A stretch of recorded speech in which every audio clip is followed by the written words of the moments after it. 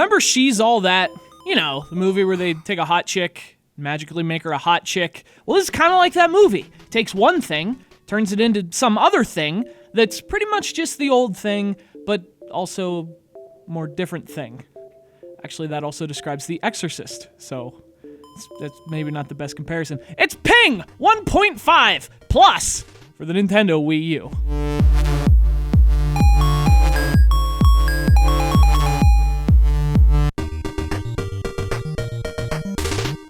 Hey, speaking of which, if your light bright got possessed by your Atari 2600, this is what your bedroom would look like. Just pixels all over the place, dripping off the ceiling. And don't lie and say you don't have a light bright in your bedroom. Of course you do. If you don't, what do you even have in your bedroom? Like, what are you doing there? Actually, I guess you probably sleep, huh? It would probably be easier without a possessed light bright keeping you up all night. All right, so maybe your bedroom's a silly place for a light bright. Hey, why not replace it with this? Ping 1.5 Plus has all the color and all the fun, and like half the demon possessions, give or take. So why all the demon talk? Well, because demons haunt your dreams, and this game haunts your dreams. You know, it's got this happy, colorful look, and it references all these classic games from the past. But look, make no mistake, it's got evil intentions. This is a really hard game. Not only that, it's a really frustrating game. And despite the many, many things it does well, that's the impression you walk away with. And by walk, I mean limp. You limp away from Ping 1.5 Plus. This game kicks you in the shin because it's an asshole. But hey, what else is this game? Well, it's a puzzle game that sort of plays like air hockey mixed with golf. So the idea is you slide the cube into the orange dot. Pretty simple, but there's also an awful lot of crap in the way. And crap from your childhood, if you're old enough. This game's a beautiful tribute to the old school. And we're talking like the old school. So for every NES reference, it's got 2 or 3 from a decade earlier. Space Invaders, Asteroids, Missile Command.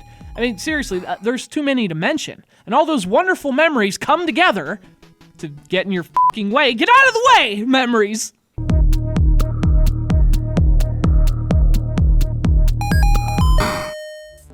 So it's real simple.